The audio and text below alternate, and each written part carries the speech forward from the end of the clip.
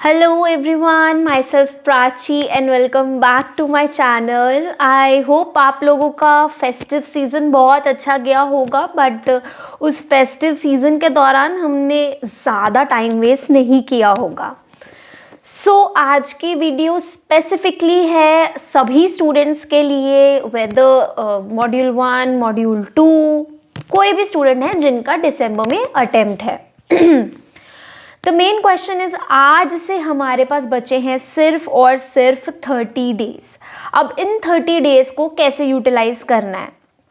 The most common problems जो मेरे पास आई है, जो मैंने आप लोगों की 1-2 बार मीटिंग भी ली है और उसमें भी मुझे कई लोगों ने जो मेजॉरिटी डाउट्स दिए, वो ये था कि एग्ज़ाम जैसे से पास आ रहे हैं ना, तो चीज़ें रिटेन नहीं हो रही हैं. लाइक आज पढ़ते हैं, कल ऐसा लगता है कि भूल गए, या चीज़ें याद नहीं हो रही है. जैसे EBCL है वो याद नहीं हो रहा है, या फिर कुछ प्रोविजंस है कंपनी लॉ के, वो माइंड में रिटेन नहीं हो रहे हैं. तो अब हम उस पॉइंट ऑफ टाइम पे कैसे याद करें, कैसे रिटेन करें? देखो, अगर मैं रिटेन की बात करूँ ना, तो ये एक ऐसा प्रॉब्लम है जो सबके साथ होता है, मेरे साथ भी होता था.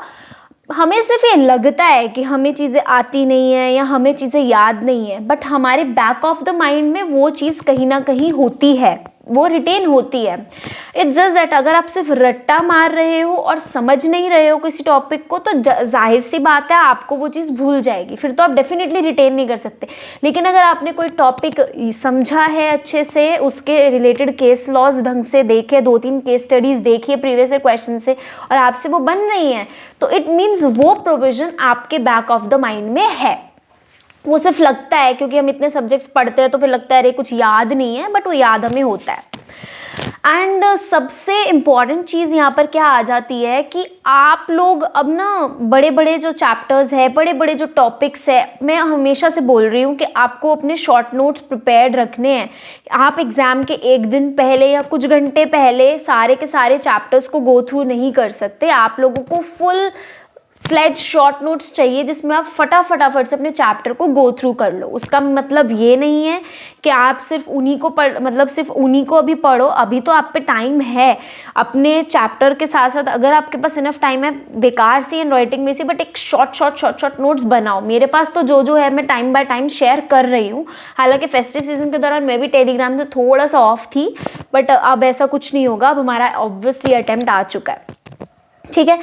तो जो डिफ़िकल्ट टॉपिक्स है, अब कई लोग बोल रहे हैं यार सीधा मॉड्यूल की लैंग्वेज याद करना इंपॉर्टेंट है क्या? मॉड्यूल की तो याद नहीं हो रही है, एग्जैक्ट प्रोविजन की लैंग्वेज तो याद नहीं हो रही है. इट्स नॉट इम्पॉर्टेंट कि आप लोग एग्जैक्ट मॉड्यूल की लैंग्वेज को याद करो या फिर जैसा प्रोविजन बोल रहे हैं वैसा याद करो. आप मॉड्यूल के उस टॉपिक के मेन जो कीवर्ड्स है उसको रिटेन करो, और उन्हीं कीवर्ड्स को उन्हीं कीवर्ड्स के थ्रू आप एग्जाम के अंदर अपने आंसर्स को फ्रेम करना. अभी ये पॉइंट्स अभी क्यों बता रही है? क्योंकि अभी टाइम है. अब आप लोग पूरा चैप्टर लर्न नहीं कर सकते हो बैठ के. अब आपको स्मार्ट स्टडी पे शिफ्ट होना है.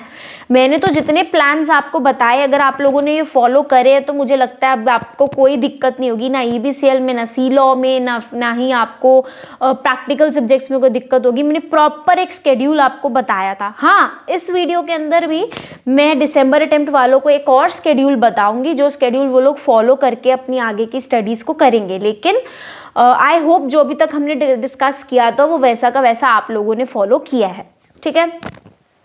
मैं कह रही थी कि जो डिफ़िकल्ट टॉपिक्स है उनको उनके अंदर से उनके मेन पॉइंट्स को एक्सट्रैक्ट करो और उसको आप रिटन डाउन करते चलो और उसके थ्रू ही अपने आंसर्स को फ्रेम करो. प्रैक्टिकल सब्जेक्ट्स के अंदर ज़्यादा से ज़्यादा MCQs को रिवाइज करो, जिनका MCQ बेस्ड पेपर है. और जो न्यू सिलेबस के बच्चे हैं उनका तो एज सच आपके टीचर्स ने बताया होगा. उसमें भी मैं यही बोलूँगी, हर एक टॉपिक को पढ़ने के बाद 2-2, 3-3 उस टॉपिक से रिलेटेड क्वेश्चंस को सॉल्व करके देखो, और देखो आपसे बन रहे हैं या नहीं बन रहे हैं, ठीक है. पास्ट ईयर पेपर्स को बिल्कुल नहीं भूलना है. स्कैनर्स, कोई चैप्टर पेंडिंग है, मैंने पहले बोला था, अगर आपका कोई चैप्टर बहुत इंपॉर्टेंट चैप्टर पेंडिंग रह गया तो उसको सिर्फ रिवीजन से उठाओ, रिवीजन से कवर करो और उस चैप्टर के पास्ट ईयर्स और स्कैनर्स को देख लो. That's it. और कुछ मत करो इस टाइम पे. पूरा चैप्टर लेके नहीं बैठना. अब तो खतरे से खाली ही नहीं है बिल्कुल भी, ठीक है. ये छोटे मोटे कुछ डाउट्स थे कि जिनका सिलेबस कंप्लीट नहीं हुआ, उनको मैं यही चीज़ें रेफर करूँगी यार. रिवीजन लेक्चर्स को देख लो, मैराथन में से उस चैप्टर को कवर करो और उसके मतलब देखो। अब अगर आप लोग ऐसे हैं कि आपने जनरल मीटिंग डायरेक्टर्स जैसे चैप्टर नहीं करे तो देखो बेटा उसको तो मतलब यार क्या ही मैं बोलूँ कि आप लोग उसको अब सीधा रिवीजन से पढ़कर, आप अगर ये एक्सपेक्ट कर रहे हो कि रिवीजन से पढ़कर डायरेक्टर्स और मैं पेपर में लिख दूंगा तो वो पॉसिबल नहीं है। बट हाँ, छोटे छोटे चैप्टर्स है, मेंबरशिप है, ऑडिटर्स है, डिबेंचर्स है, ऐसे कोई चैप्टर्स है, या फिर EBCL के अंदर छोटे मोटे चैप्टर्स है, कोई भी है, उनको आप रिवीजन से करके and scanners and PYQ, that's it, उसमें आपका कवर हो जाएगा। नाउ अब हम बात करते हैं the main thing, that is अब क्या अप्रोच रखे एग्ज़ाम्स के लिए। रिटेन करना है चीज़ों को। रिटेन करने का बेस्ट तरीका है, आप लोग चैप्टर पढ़ रहे हो उसका ऑडियो नोट अपना साथ में एक बनाओ, 30-35 मिनट का ज़्यादा से ज़्यादा आप रिवाइज़ करो, खुद से अपनी चीज़ ऑडियो को रिकॉर्ड करो, उसी को मल्टीपल टाइम सुनो। नहीं तो कईयों को लिख लिख के आदत होती है, आप टॉपिक पढ़ते चल रहे हो, जैसे आपने टॉपिक उठाया आप पढ़ रहे हो कंपटीशन एक्ट पढ़ रहे हो, आपने एक टॉपिक पढ़ा, अच्छा ये इसमें ऐसे ऐसे ऐसे ऐसे ऐसे, एक फटाफट छोटा छोटा सा चार्ट बना लो। मैं ऐसे ही करती थी, मैंने टॉपिक पढ़ना है, अच्छा इस टॉपिक में ऐसे ऐसे ऐसे, तो मैं उसको जैसे जैसे मैं बोलती थी ना वैसे वैसे साथ में मैं उसको शॉर्ट में लिखती चलती थी या शॉर्ट में उसका चार्ट बना लेती थी, सो दैट एग्जाम से पहले डेफिनेटली मैंने पूरे पूरे चैप्टर्स को नहीं पढ़ा है। एग्जाम से पहले मैंने सिर्फ कंपनी लॉ के अंदर डायरेक्टर्स और जनरल मीटिंग पूरा पढ़ा था एग्जाम दे के आने के बाद, और उसके बाद मैंने बाकी सब शॉर्ट नोट से पढ़ा था और कहीं से नहीं पढ़ा था मैंने। ठीक है, अब विल डिस्कस कि अब हम कैसे अप्रोच करें, कैसे रिवाइज करें चीज़ों को। मैं ये भी चीज़ पहले डिस्कस कर चुकी हूँ, जिनका एक मॉड्यूल है वो, अब मैंने यही बोला था एक दिन में 2 सब्जेक्ट्स को उठाओ, साथ में प्रैक्टिकल सब्जेक्ट जो आपका है आपके साथ उसको लो, प्रैक्टिकल तो डेली 2-3 घंटे करो। उसके अलावा अपने दिन के आवर्स को आप लोग डिवाइड करो, लाइक अगर आप 12 घंटे पढ़ रहे हो तो उसमें से 2 घंटे आप प्रैक्टिकल्स को दो एंड बाकी के 10 घंटों में से 5 घंटे एक सब्जेक्ट को, 5 घंटे एक सब्जेक्ट को। That would be more beneficial, क्योंकि आप उन 5 घंटों के अंदर 3-4 चैप्टर्स को एक साथ रिवाइज कर सकते हो, रादर देन हर सब्जेक्ट को डेली डेली डेली डेली पढ़ना। फिर आप एक मतलब 2-2 घंटे भी एक सब्जेक्ट को दोगे तो एक एक चैप्टर करके पढ़ पाओगे, वो उतना अच्छा आउटपुट नहीं निकल पाएगा।